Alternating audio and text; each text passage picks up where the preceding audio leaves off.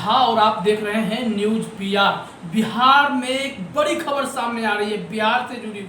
बिहार में बढ़ते corona cases को देखते हुए सरकार ने बड़ा फैसला लिया है। बिहार सरकार ने सेना से मदद मांगी है क्योंकि बिहार में कोरोना के हालात लगातार बिगड़ते जा रहे हैं, केस पर केस बढ़ते जा रहे हैं। ऐसी परिस्थिति में बिहार सरकार ने यह निर्णय लिया है कि वह सेना से मदद लेगी। सेना से गुहार लगाई गई है कि कम से कम आप हमें 50 डॉक्टर भेजिए ताकि हम बेटा का वो अस्पताल चालू करवा सकें और कोरोना जो केसेस बढ़ रहे हैं तो मरीजों की समुचित इलाज हो सके।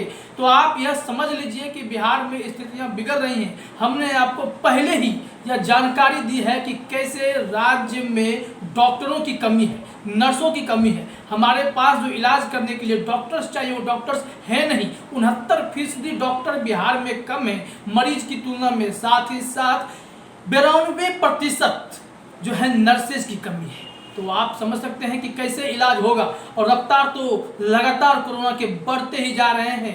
कल भी 4100 केस मिले और आज भी जो जानकारी मिली है उसके मुताबिक एक के बाद एक कई ऐसे मरीज सामने आए हैं जो सीनियर ऑफिसर्स हैं वो कोरोना की चपेट में आ रहे हैं। तो आम लोगों का क्या होगा? ऐसे में अगर सेना से मदद मांगी गई है तो समझिए कि बिहार सरकार के मन में उथल पुथल की स्थिति है। आपको यह भी पता होगा कि 17 अप्रैल को सर्वदलीय बैठक बुलाई गई है, राज्यपाल मीटिंग लेंगे।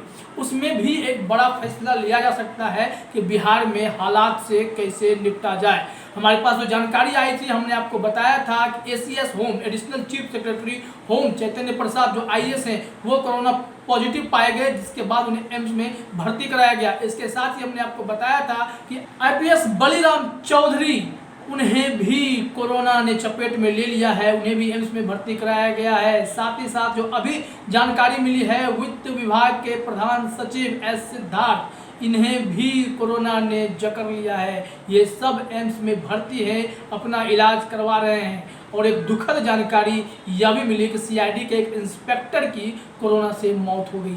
तो ऐसे में आप समझ सकते हैं कि किस कदर बिहार में स्थिति भयावह होती जा रही है। ऐसे में हम कैसे निपटें? हमारे पास विकल्प क्या है? जब सेना से मदद मांगने की नौबत आ जाती है उससे आप समझ सकते हैं कि बिहार में डॉक्टर्स अगर नहीं होंगे तो आम मरीजों का क्या हो जाएगा।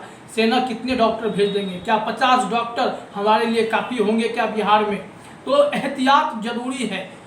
मैं आपसे आग्रह करता हूं, खास करके ऐसे आम लोग जो रोजी रोटी की तलाश में लगातार घरों से बाहर निकलते हैं, भीड़ भाड़ वाले इलाके में जाते हैं, उन्हें अपनी सुरक्षा खुद करनी होगी। अगर खुद अपनी सुरक्षा नहीं कर पाते हैं तो मुश्किलें आएंगी और मुश्किलें आएंगी तो बचाने वाला कोई नहीं रहेगा। हमने सीएजी रिपोर्ट का भी हवाला दिया और हमने आपको लगातार उन चीज़ों से भी अपडेट कराया है। जो लोग लाख सुरक्षा का दावा करते हैं वो कहते हैं कि हम कोविड गाइडलाइंस का पालन करते हैं, बावजूद इसके वे कोरोना संक्रमण के शिकार हो जाते हैं।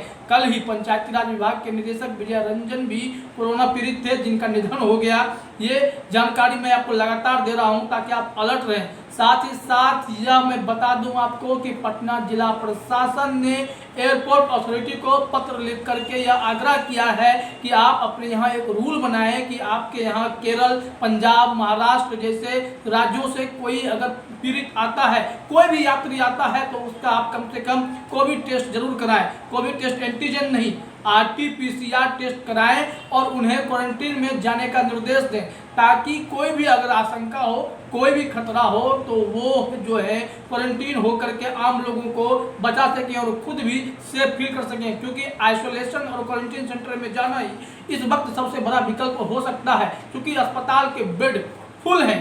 कई जगहों पे अतिरिक्त बेड लगाने की व्यवस्था हो रही है। पीएमसीएच, एनएमसीएच की बात कर लें, एम्स की बात कर लें, यहाँ तो मारामारी है।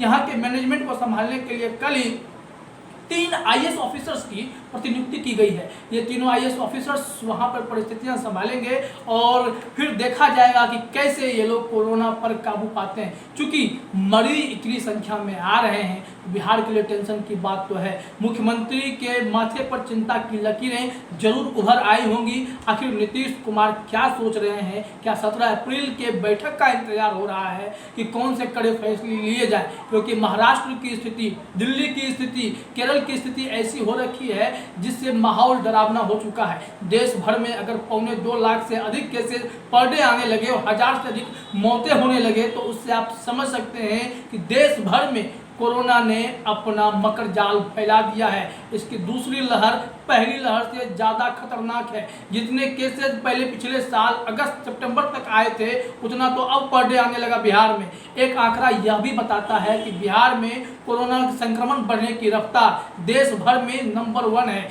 ऐसे में बिहार में स्थितियां बद से बदतर हो सकती हैं, संभलना जरूरी है।